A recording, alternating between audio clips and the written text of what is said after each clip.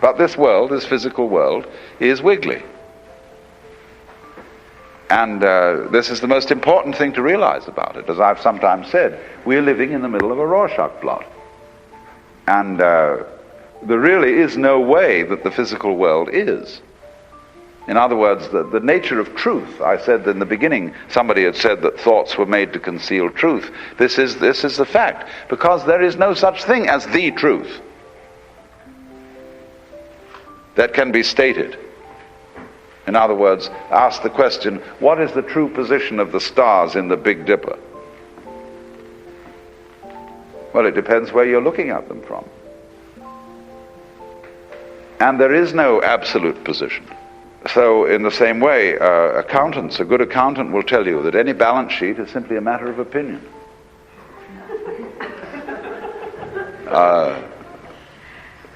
There's no such thing as the true state of affairs of a business. But we're all hooked on the idea that there is, you see, an external objective world which is a certain way. And that it really is that way. History, for example, is a matter of opinion. History is an art, not a science. It's something constructed, which is accepted as a more or less satisfactory explanation of events, which, as a matter of fact, don't have an explanation at all. Most of what happens in history is completely irrational. But people always have to feel that they've got to find a meaning. For example, you get sick, and you've lived a very good life, and you've been helpful to other people and done all sorts of nice things. And then you get cancer. And you say to the clergyman, why did this have to happen to me? And you're looking for an explanation, and there isn't one. It just happened that way.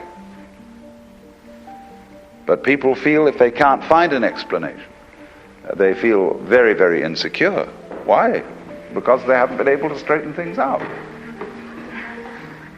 The world is not that way. So the truth, in other words, what is going on, is of course a lot of wiggles. But the way it is always in relation to the way you are. In other words, however hard I hit a skinless drum, it will make no noise. Because noise is a relationship between a fist and a skin. So in exactly the same way, light is a relationship between electrical energy and eyeballs. It is you, in other words, who evoke the world, and you evoke the world in accordance with what kind of a you are, what kind of an organism. One organism evokes one world, another organism evokes another world. And so everything, reality is a kind of relationship. So once one gets rid of the idea of the truth as some way the world is in a fixed sense, say it is that way, see? Then you get to another idea of the truth altogether. The idea of the truth that cannot be stated, the truth that cannot be pinned down.